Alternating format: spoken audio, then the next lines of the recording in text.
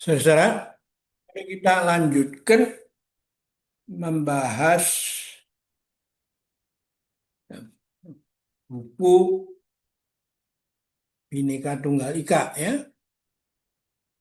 Yang kemarin kita sudah mendengarkan sambutan daripada Rektor Universitas Pancasila, Profesor Dr. Adnan Hamid gitu. Nah, buku ini sebenarnya tema utamanya untuk yang tampil di depan itu adalah untuk Profesor Dr. Komarudin Hidayat yang beliau adalah pendiri Universitas Islam Internasional Indonesia dan sekarang setelah di apa diganti oleh pejabat berikutnya, dia menjadi dosen Faculty of Social Sciences. Gitu. Nah, buku-buku saya ini sebenarnya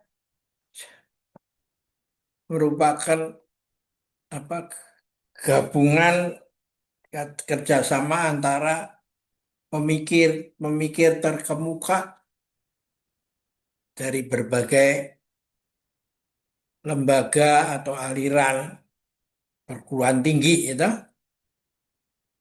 Nah, sebelumnya adalah buku ini ya, The Dancing Leader itu, hening mengalir bertindak. Ya, ratusan sungai bergabung menjadi samudera. Ya. Nah, buku ini dibuat untuk memperingati 45 tahun berdirinya Universitas Pancasila. Ya, toh. Nah, dalam buku yang baru ini, Bhinneka Tunggal Ika, ya, kita mengambil tema sebagai apa penulis pertama adalah pluralitas dan religiositas. Gitu. Tema ini aktual karena Indonesia merupakan satu negara yang terbuka yang selama ribuan tahun lalu dikunjungi oleh berbagai pemikiran besar agama, baik dari barat maupun timur, gitu.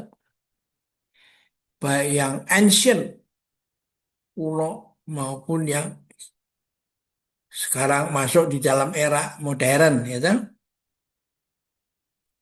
Nah, semakin dirasakan pentingnya peranan agama. Tapi agama yang bagaimana? Itu yang dipertanyakan oleh Profesor Dr. Komarudin Hidayat, pluralitas dan religiositas itu ya. Nah, Profesor Komar menulis begini sebagai pengantar ya, toh. Pluralitas yang terjadi pada dunia tumbuhan-tumbuhan dan hewan, ya, flora dan fauna telah melahirkan keindahan yang enak dipandang dan dinikmati. Begitupun pada tataran budaya, ya. Seperti terlihat pada keragaman musik dan makanan yang menarik untuk dipilih, dicoba dan dinikmati sehingga memperkaya pengalaman hidup. Akan tetapi tidak demikian halnya yang terjadi pada agama-agama. Keberagaman agama sering menimbulkan masalah sosial.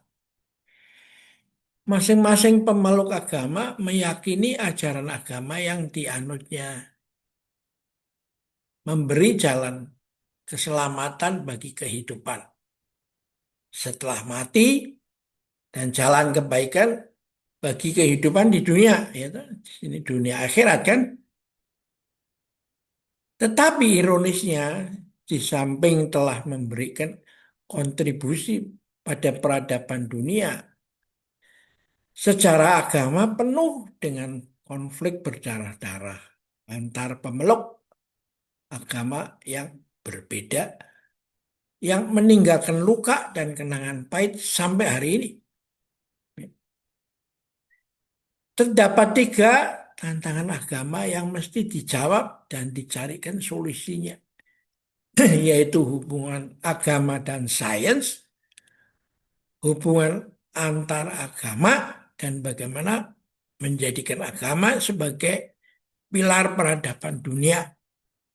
Jadi ini tema yang menarik ya, untuk dibahas. Yang pertama, ketegangan sains dan agama. Semua agama besar yang tumbuh dan bertahan sampai hari ini pada awal kelahirannya belum berhadapan dengan sains yang berkembang pesat seperti yang kita saksikan hari ini.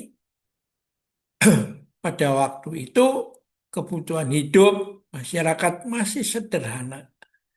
Kebutuhan sandang, papan, pangan, dan kesehatan tercukupi dengan mengandalkan pengetahuan sekedarnya dengan bantuan sumber alam sekitar. Ya, kan? Secara ekonomi, mereka hidup dan bertani dan berburu. Jejaring sosial diikat oleh pertalian darah, sehingga masing-masing mengenal dekat antara satu terhadap yang lain. Pendeknya, waktu itu bumi yang sangat luas ini baru dihuni oleh ratusan ribu orang. Itu pun terpencar-pencar. Ya. Peranan seorang nabi pembawa agama juga merupakan pemimpin masyarakat. Kepadanya masyarakat bertanya dan mengadukan berbagai persoalan hidup.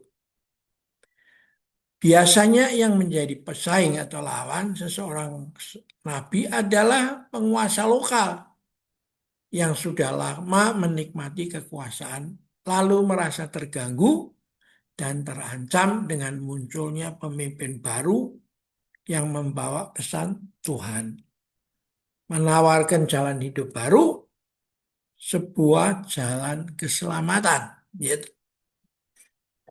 Bayangkan ada agama yang lahir ribuan tahun lalu itu sekarang berada di tengah penduduk bumi yang jumlahnya mendekati 8 miliar orang. Agama juga dihadapkan pada pusat-pusat ilmu pengetahuan dan teknologi yang selalu berkembang, yang dalam upaya melayani seluruh kebutuhan hidup manusia.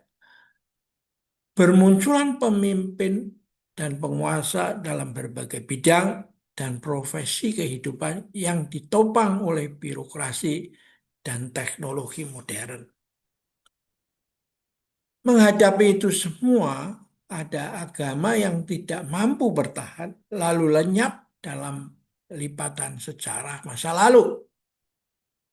Sementara yang ada sering kali menghadapi tantangan dari sains dan teknologi yang memandang agama tidak lagi relevan untuk menjawab dan melayani pertanyaan dan kebutuhan hidup masyarakat modern itu. Masyarakat modern merasa sudah cukup, bahkan lebih percaya pada sains untuk menjawab berbagai persoalan hidupnya yang bersifat empiris dan fungsional. Langsung dirasakan hasilnya. Makanya tidak mengherankan bermunculan ilmuwan dan filosof yang berpandangan agama akan hilang dari masyarakat modern. Atau setidaknya eksistensi agama akan semakin terpinggir karena kontribusinya bagi pemecahan masalah hidup telah tergantikan oleh ilmu pengetahuan. Bahkan sekarang ilmu pengetahuan dan filsafat juga membangun teori dan narasi moralitas yang dahulu menjadikan domain agama. Fisika kuantum memasuki pembahasan topik ketuhanan dan metafisika yang sebelumnya orang selalu merujuk pada agama. Ya. Eksplorasi sains ini seakan menjadi agama baru sebagai pesaing agama-agama yang dikenalkan oleh para nabi yang bersumber dari Tuhan aja. Hubungan dan ketegangan antara agama dan sains ini terus berlangsung. Pada kenyataannya, agama masih tetap bertahan karena masih dipeluk dan dirawat oleh masyarakat. Tetapi banyak juga masyarakat modern yang sudah meninggalkan agama. Melihat peta demografis pemeluk agama, agama akan tetap diperlukan oleh masyarakat dunia karena agama menawarkan ajaran dan keyakinan yang tidak dimiliki oleh sains. Sains dan teknologi sangat berjasa berkontribusi pada aspek teknikal kehidupan, technical facility, sehingga secara teknis kehidupan ini menjadi lebih nyaman dan mudah dijalani, baik dalam kehidupan rumah tangga, pergaulan sosial, birokrasi, universitas, dan lapangan kerja. Sains dan teknologi sangat besar sampai masyarakat modern bisa lumpuh aktivitasnya tanpa kehadiran sains dan teknologi. Dengan kata lain, mereka merasa bisa hidup dan berkarya tanpa agama, tetapi tak bisa dipisahkan dari sains dan teknologi. Paling menyedihkan, beberapa peneliti sosial menunjukkan bahwa beberapa negara yang tidak peduli pada agama, tingkat korupsinya sangat kecil. Masyarakatnya lebih sejahtera, sementara negara dan masyarakat yang gigih mempertahankan agama, tingkat korupsinya tinggi. Tantangan ini mesti dijawab oleh para teolog, agamawan, dan ilmuwan yang menggeluti kajian agama seperti halnya Muhammad Ali dan sekian banyak ilmuwan lain yang melakukan riset di perguruan tinggi, baik di barat maupun di timur. Salah satu kekhasan agama adalah menyampaikan ajaran tentang makna dari tujuan hidup pada tataran spiritual yang menempatkan Tuhan sebagai sumber dan pusat, ya, realitas semesta. Sementara kemajuan sains yang sehebat apapun masih berkutat pada wilayah empiris positif yang merupakan bagian kecil saja dari realitas semesta. Dengan kata lain, mengharapkan agama dan sains rasanya tidak bijak karena keduanya saling melengkapi. Agama dan sains sebaiknya membuka diri untuk saling belajar dari yang lain. Ya, kita akhiri dulu sampai di sini dan melihat relevansinya buku ini mengapa diterbitkan sebagai kelanjutan The Dancing Leader, ya, yang diterbitkan untuk memperingati Universitas Pancasila berusia 45 tahun. Ya. Nah, kita juga melihat Universitas Pancasila ini adalah universitas swasta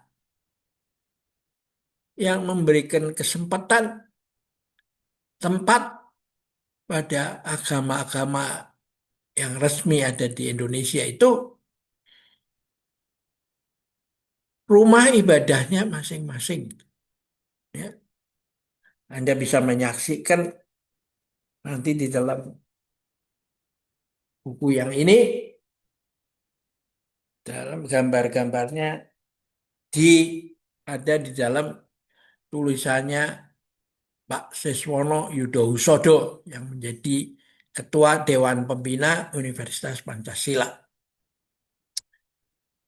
Ya toh? Nah, kita mau memberi wadah dalam suasana akademis, dialogis, supaya antara sains dan agama ini bertemu, berdialog, ya.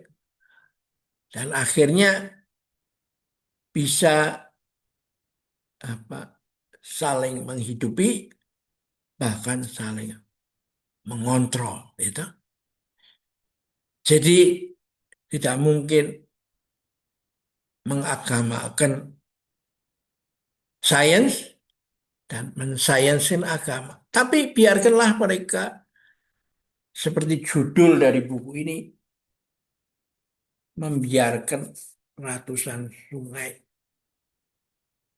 bergabung menjadi samudera. Karena selain agama-agama yang kita resmi ada, ya, Islam, Kristen, Katolik, Buddha, Hindu, Konghucu, 6 ini, ya, tempat ibadahnya dibangun di Universitas Pancasila, juga di Nusantara ini paling tidak ada hampir 160-an agama-agama lokal yang sudah ada sebelum datangnya agama-agama yang 6 ini toh. Nah, ini mereka juga perlu dipikirkan kan, perlu diberikan kesempatan untuk memberikan kontribusi dalam apa, peradaban masa depan ini yang semakin nampak masing-masing menjadi sangat egoistis itu. Seperti kita lihat dalam perang tarif, gitu. Itu seolah-olah seperti di ring tinju itu, saling pukul, memukul. Meskipun tahu bahwa akhirnya tidak ada yang menang karena semuanya rugi. Itu. Masyarakat bisa mendapatkan bahan hasil teknologi, ya, yang bisa dibeli untuk memenuhi kebutuhannya, ya, dan juga lalu manusia menjadi sangat egois di situ. Ya. Semua aturan kerjasama itu difahami dengan sikap aku itu apa, saya dapat apa, negara saya dapat apa. Kalau saya nggak dapat apa-apa, saya apa bukan hanya tidak dukung, saya akan obrak-abrik juga. Sehingga sampai kepada kalau sampai perang, dari perang ekonomi menjadi ketimpangan kerusuhan sosial dan akhirnya perang dunia, ya maka yang terjadi adalah barji bubar siji, bubar kabeh, ya toh. Nah, ini kan relevan sama sambutan daripada Rektor Universitas Pancasila yang sejalan dengan pendapat Sekjen PBB Gutierrez, ya toh, bahwa akhirnya memang Bhinneka Tunggal Ika itu adalah masa depan peradaban dunia. Yaitu bahkan dikatakan bahwa Tidak ada diversity tanpa unity. Tidak ada unity tanpa diversity. Bahkan ini dikasih strip di bawahnya, unity is diversity. Diversity is unity. Nah ini yang dikatakan oleh Empu Tantular bahwa dalam apa pemikirannya Bhinneka Tunggal Ika itu Tanhana Dharma Mangruwa. Ya.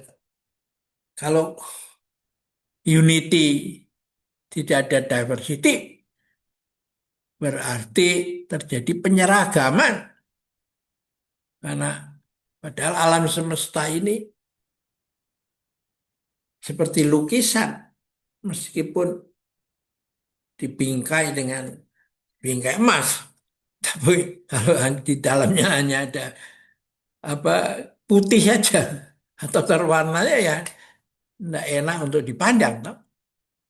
Jadi memang ya kita harus menyadari hidup di dalam kebinekaan ini dan kebinekaan itu adalah keindahan, gitu.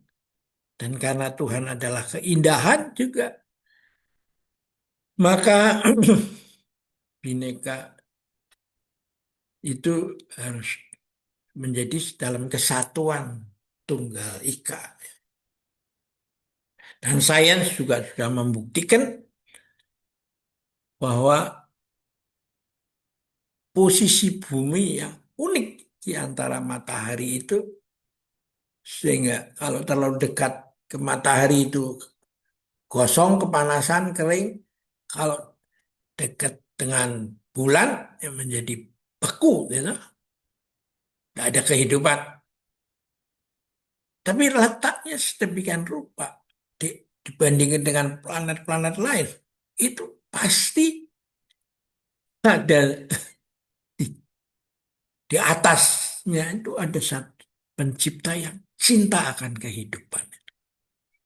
Karena itu kalau sampai saling bermusuhan seperti sinyalir oleh penulis ini, maka itu sebenarnya bertentangan dengan hakikat daripada penciptaan itu sendiri. Ya, karena itulah buku Bhinneka Tunggal Ika untuk dunia ini ditulis menjadi semacam tempat curah pendapat. Bagaimana pemikiran Anda tentang Bhinneka Tunggal Ika itu? Ya, sehingga bisa dijadikan ideologi dunia yang disebarluaskan ya. Sampai jumpa lagi dalam pertemuan berikutnya.